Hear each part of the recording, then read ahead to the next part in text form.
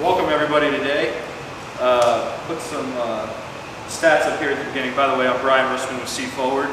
Was introduced just a second ago by JB, but we work right here on 5th Street, 5th and Madison. We're an MSP for small and medium businesses that need IT help.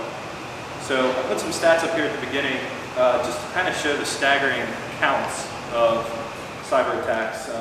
So 140 million in 2014, 250 million that number jumped to by 2015. And there's a 30 to 70% rise in attacks each year, which I know is a wide gap, but basically that's because we're not sure who's reporting what. There's so many companies that we believe are attacked and they just aren't reporting it. So Pew Research says 64% of Americans have personally experienced a data breach. Half feel less secure than they did 5 years ago. And according to Forrester, 31% of us share personal information widely, and 50% of us are still writing down our password on a piece of paper. I thought we could move past that at this point. So. Brian, James, and Dave, we're the three, and we're going to talk on those different things today. So I'll move into something on password attacks, and feel free to ask me questions or interrupt if you want to during any of this. Actually, I thought those were my slides. Okay, go ahead. You can go ahead. I think I'm the next one. Just go ahead. Hi, I'm James Walden. I'm Director of NKU's Center for Information Security. And so we'll start with password attacks. We'll look at a lot of different ways that your password can be, your authentication can be attacked with password. The first is probably what you tend to think of. It's like, well, somebody comes up and they type in a password, or they log in via network protocol and enter a password there. And that can work. Passwords are fairly guessable, but there's usually fairly good defenses about that. Most network systems and login screens increase exponentially the time between retries. So it's 1 second for your first retry, 2 for the next, 4, and by the time you're 20 retries, that's 1 million seconds. That's going to be a while. Phishing, of course, is a popular way to get passwords. We all see that happening on a regular basis. If you look at your spam folder, there's plenty of phishing attacks. In general, it's just the idea of creating a fake login screen. People have been doing this on mainframe computers since the 60s. I remember doing it in college on our backs. And what may be surprising, though, is one thing that attackers are really fishing for is your email password. And this is probably your most valuable password. You might normally think, well, this is my bank account password or something most important. And no, because the email password is usually the master password for you, because once they have your email, they can look through your email and see, like, okay, hey, you bank with US Bank. They'll go to US Bank, they know your username from that email, they'll reset your password, it gets mailed back to your email account, and now they have your bank account. And they will proceed to do that with every account you have. So it's very important to protect your email password. I think this is... Go back to me. Yep. So just some more on email and phishing attacks. 91% of attacks still right now are coming in via email. And upwards of 94% of all email that is sent is spam email, which is kind of crazy. I think that 6% is legit. I'm going to bring up a story about the NKY Chamber. It made the news, I don't know, it was 5 or 6 years ago. And they got... They had an employee click on a link that was asking for their Fifth Third login credentials. They clicked on it, and they typed in their username and password, and it didn't do anything. It just went back to the screen again. So they typed it in again. It didn't do anything. So then they went to 53.com, and they typed in their username and password, and they got in. So it was a website that looked pretty much like Fifth Third's, but they now had the login credentials for that employee. And about $60,000 was lost in that because they wired money with those credentials to different places. The Chamber did get most of that money back. I think the news is a pretty big story in this area that had happened. And so I always tell people to be wary of emails that ask for you to sign in and update information in general. And you know, I tell a lot of folks too to look at the URL. If it's 53.com versus 3.5-3.com, those types of things are pretty big telltale signs that they might be using a fake URL to get your information. And always say something if you see something suspicious. I talk a lot to small businesses that they've clicked on something, they've done something, and then they're embarrassed to tell anybody about it, even if they think that they got hacked, or even if they think they might have just given some information away. So, social engineering attacks. At C-Forward, we get a lot of password reset requests. But we can't take somebody's word for it over the phone. Unless we know that person, we know their voice, we know exactly what's going on, we have steps in place where we have to call them back. We have to go through the one point of contact that we have at that place of employment. And we also have to get something in writing, usually in an email that says, yes, you know, this is, I do need so-and-so's password reset. Please do that for us. So, what social engineering does, it says over there, the clever manipulation of the natural human tendency to trust. And this is still people being fed on as prey for information. Man-in-the-middle attacks are kind of less popular, but basically somebody inserts themselves into a conversation and has conversations going back and forth with two different parties, and you think you're talking to somebody, but you're not. You're talking to somebody else, and they're gathering information. I also like to talk about Target just because it was so popular a couple years ago when this happened. It was right around Black Friday when that happened, and it was more of a malware attack. They actually were hacked through their HVAC system. So Target had one HVAC company that did all their stores nationwide, worldwide, I guess. And they had given logins to that HVAC company so that that HVAC company could set up alerting, set up monitoring, and remote access any store at any point to change the temperature, to see errors that machines were putting out, and all that kind of stuff. So that HVAC company was hacked, and the hackers gained access through that. But then they set up malware and different things on the point of sale systems. And they tested it first, and then it was fully launched right around Black Friday.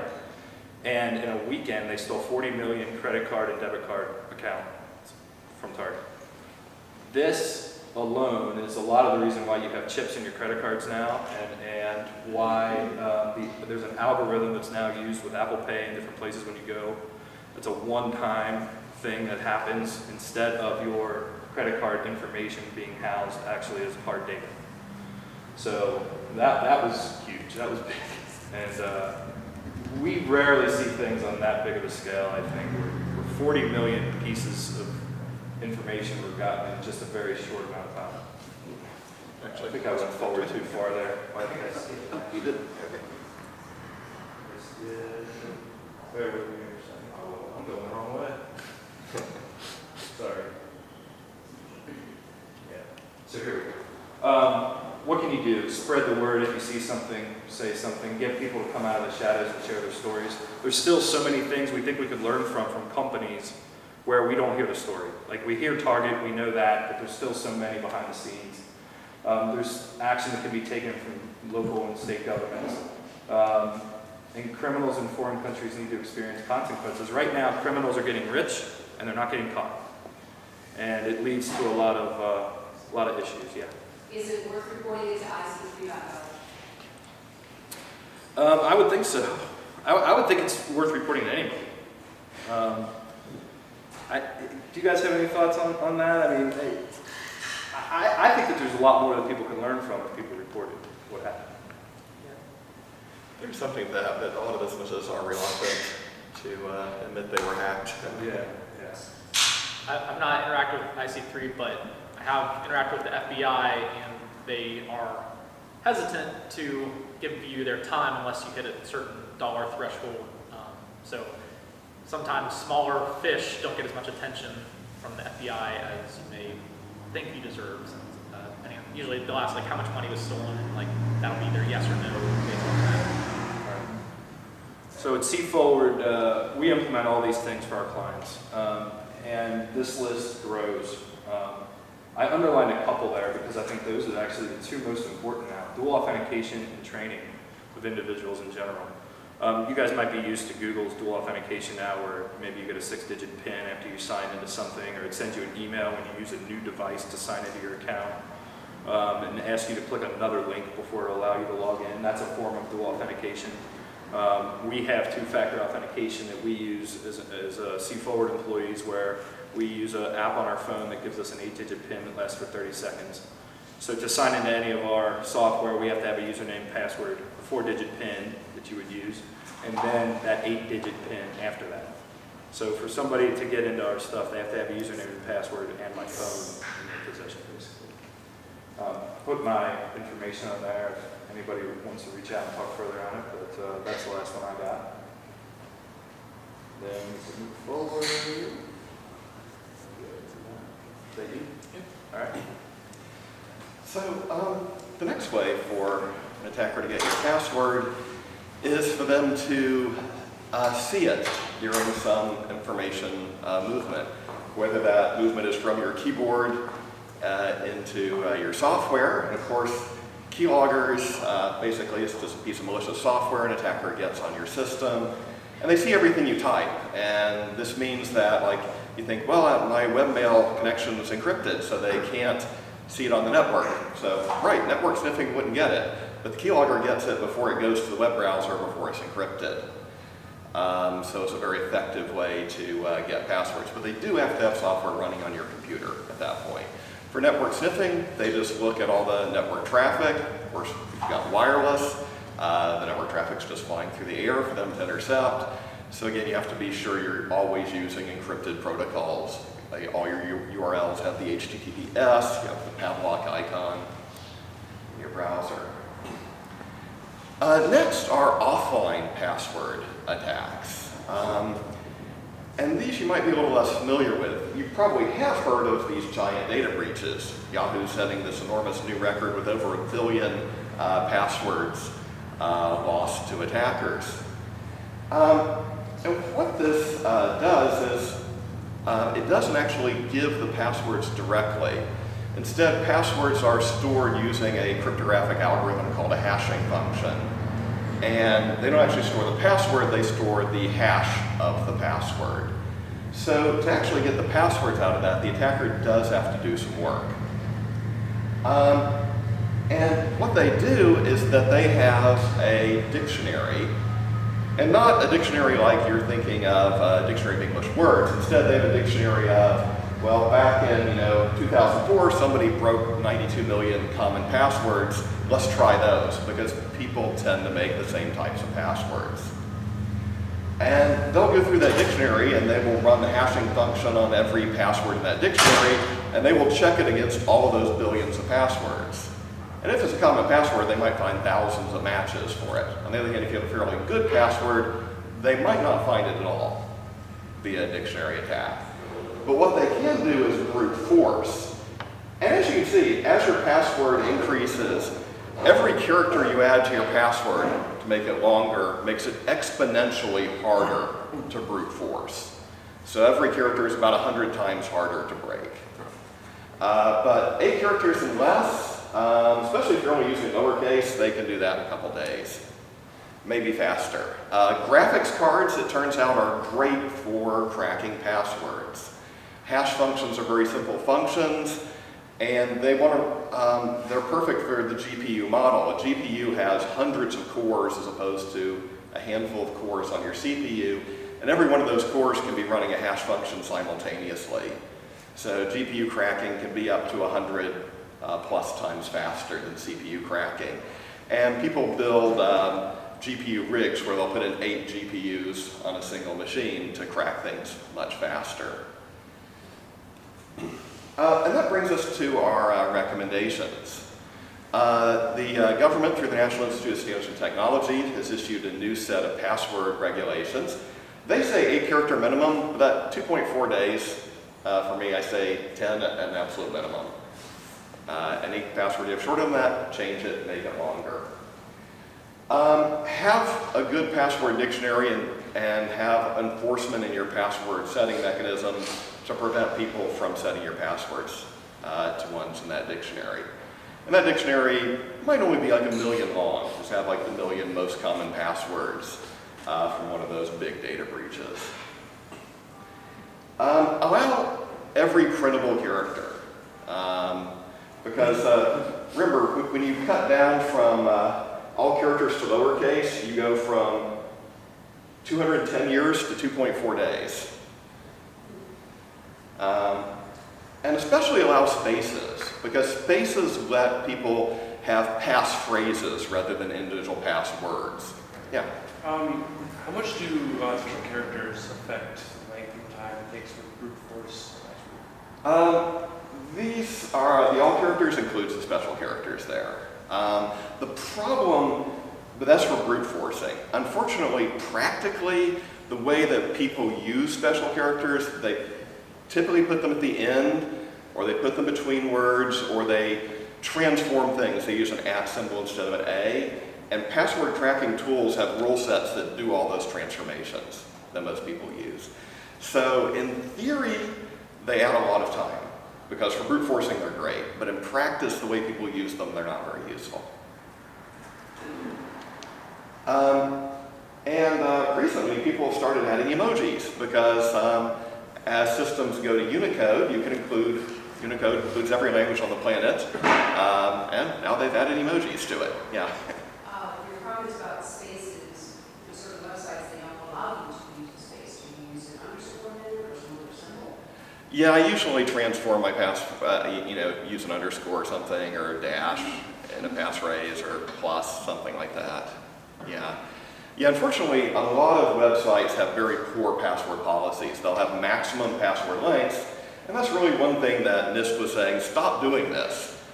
Because you store the hash value and not the password itself, the amount of storage is the same for a 1-character password as for a 1,000-character password. There's no reason to impose length limits. And other things to stop doing, composition rules, that's the special characters. They practically, it just doesn't help. Password hints. Do not give hints for attackers to guess people's passwords. They also say to stop password expiration, because people choose lower quality passwords when they have to have a new one every 90 days or whatever your password aging policy is. And also stop with the personal knowledge questions for resetting passwords. Especially things like, what is your favorite color? A group of academics did a study of that. 40% of the time it's red. That gets you a good chunk of them. And really, how many color names are there anyway? Even if you're dealing with smart asses who, put in invisible, transparent, or something like that. Started in Ukraine, it's spreading throughout the world, and it uses the Eternal Blue vulnerability that the shadow brokers leaked. They claim it was data dump from CIA, that they've been using this to hack systems for a long time, and now every hacker in the world knows about it. And Microsoft fixed it in March, and they leaked it back at the beginning of the year. And yet, NotPetya is everywhere. So it's pretty clear people do not update their software, including the governor of Ohio. This is his website earlier this week. He used a content management system that had a vulnerability, which was fixed back in 2016. 13 months later, he gets hacked. And all software needs updates. We tend to think of, oh, security software makes me more secure. Antivirus makes me more secure. And to an extent it does. But also, every piece of software you add to your system has vulnerabilities. They may not have been discovered yet, but sometimes they pop up. And this was the double agent attack. And it affected 14 different antiviruses back in March. And basically, if you had one of those 14 antivirus programs on your computer, an attacker could take over your computer because you were running that antivirus. Fortunately, it is easy to overstep with this clicker. Fortunately, you don't really have to do a lot to update. Modern operating systems and browsers and things automatically update. All you have to do is not disable that. To be fair, I know if you're in a large company or you have computers attached to expensive equipment. I worked at Intel. We had these multi-million-dollar chip manufacturers. And the vendor said, if you ever apply any updates to this, we're no longer supporting this multi-million-dollar piece of machinery. So we didn't do updates on that. We tried to either remove it from the network if possible, firewall it off to an isolated part of the network, but it is true. Sometimes there are systems you can't update. But for most people and most small businesses, yeah, just leave auto updates on and you're done. Sort of. Third-party software may or may not do automated updates. I'm a Linux user. I've been using it since before I even saw Windows.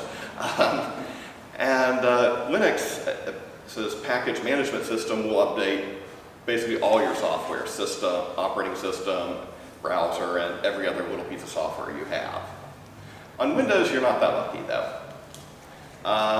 And so your OS software, yeah, Microsoft takes care of that. Your browser, well, Google, Mozilla Foundation, or whoever takes care of that. Adobe, they've got their own auto updater. But the rest of the software out there, not so much. So I really recommend Secunia's Personal Security Inspector. It is free for personal use, and it will track every piece of software in your computer and tell you whether it needs to be updated or not. The auto-update stuff it doesn't worry about, and some software that's not auto-updating, it can automatically update for you. Other software can just say, hey, you need to go to their website and download a new version or something. But really, certainly for me, when I'm working with my Windows virtual machine to do PowerPoints and such, yeah, I just rely on Secunia PSI. There's too much software to keep track of, to keep updated. Let somebody else handle it for you. And of course, they have enterprise editions, and there's other enterprise software that can manage that for you. And let me turn it over to Dave. All right. That's me right there. So we've been talking, actually, I want to get some feedback. So before I move on, just raise a hand here. Who would consider themselves on like the technical side of operations, or somebody that is more working in code or technical side of things on a daily basis? Just raise your hand and get it. Okay. And then I would assume the rest of this room is not on that technical side. Okay. It's helpful just to get a gauge where we are. My name is Dave Miyamasu. I am an independent consultant. I work to help do security training and coaching. I want to do that for you guys today. I want to help answer questions and give you some ideas of things you can do to improve your security. So I'm going to talk about bad links and files.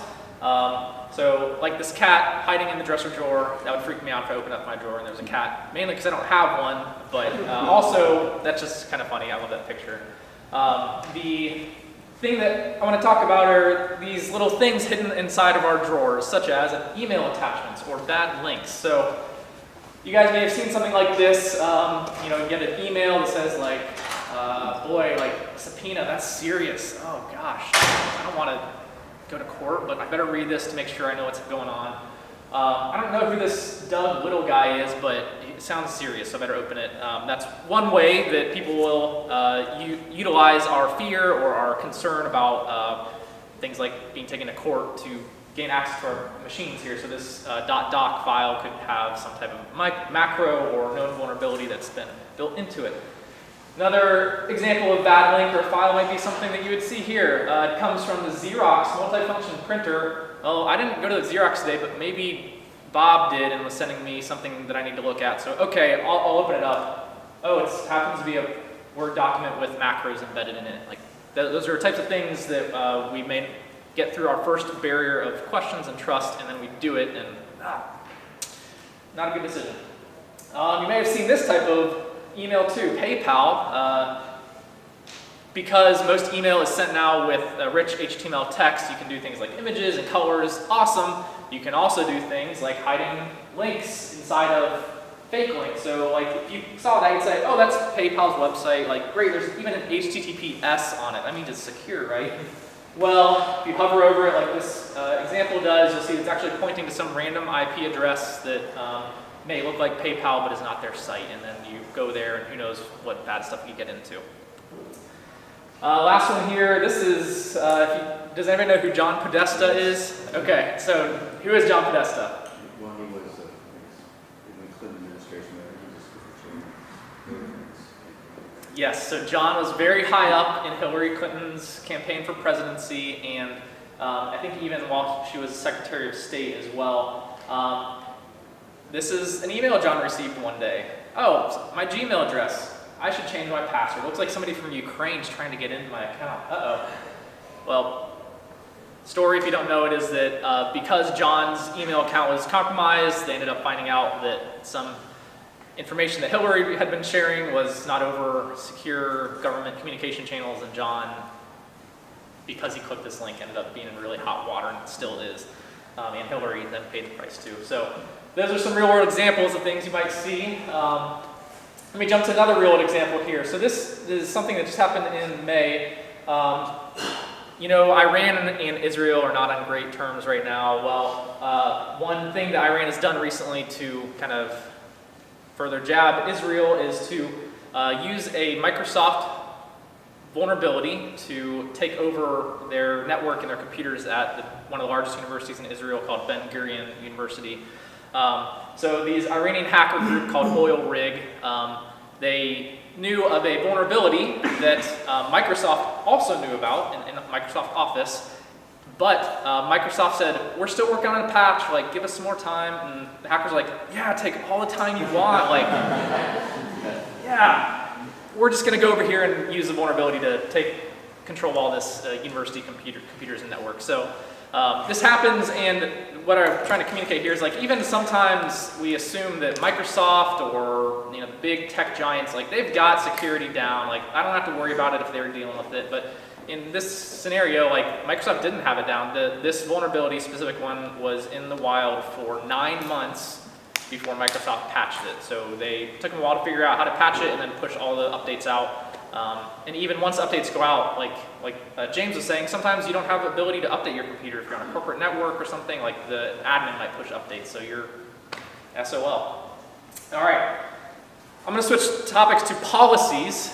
So we are all familiar with, well, if you're not familiar with the little ribbon down there at the bottom, that is a sign that shows we support people that are suffering from HIV or AIDS.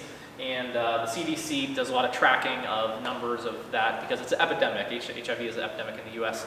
0.3%. Anybody have a guess what that number is in relation to the information I just shared? Okay, that's all right. I didn't know it until I looked it up either.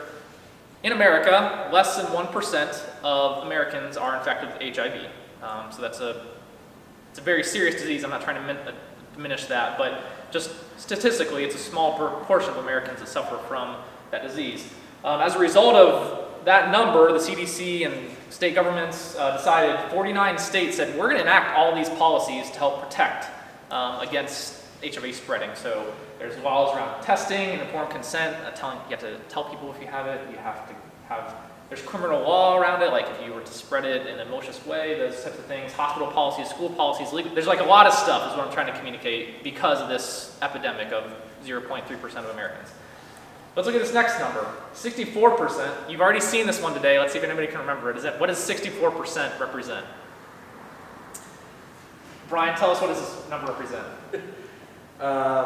Oh my gosh. I'm putting on the slide. It was on the first slide. There's a lot of numbers Research. there. Thank you. Yes, it's Pew Research. Pew Research did there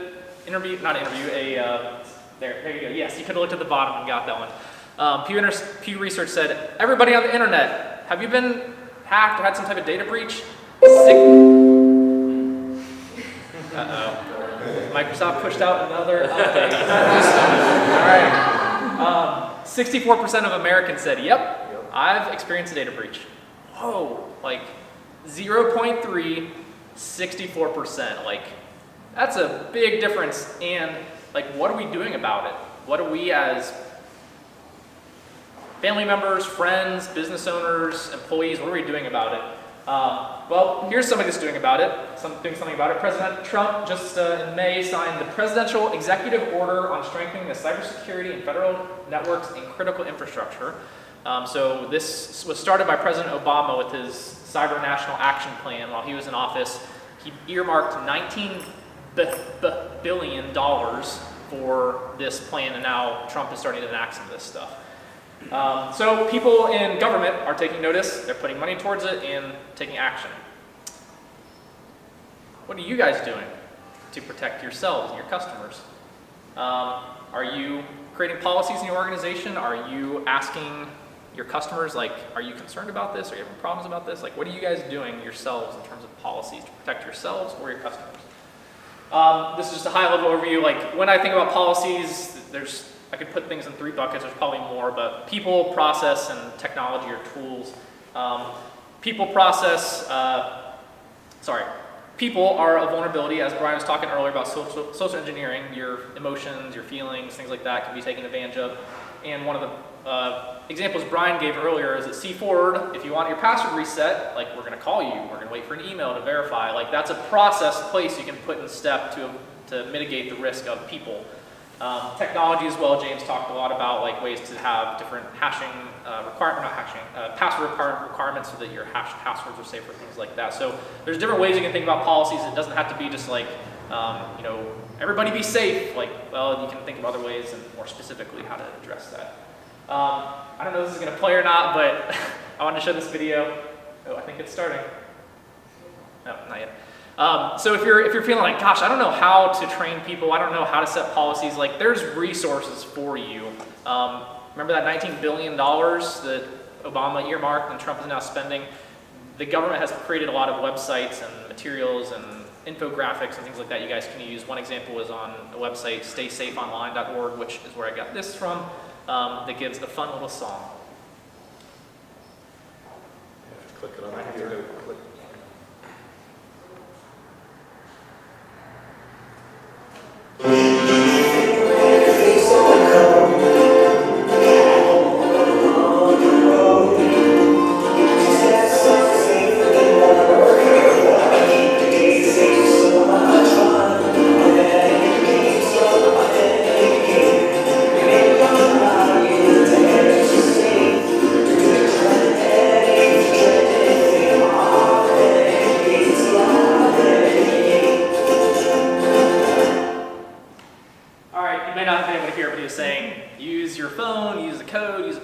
Use your face, all these things to, like, authenticate. So that's a fun video. I thought I'd share that just to show this, like, doesn't all have to be really bland and like more requirements, tougher stuff. Like, you can make training and equipping your people, your employees, and your customers a little bit more fun. So that's me, Dave, and I think we're now doing this panel discussion, right?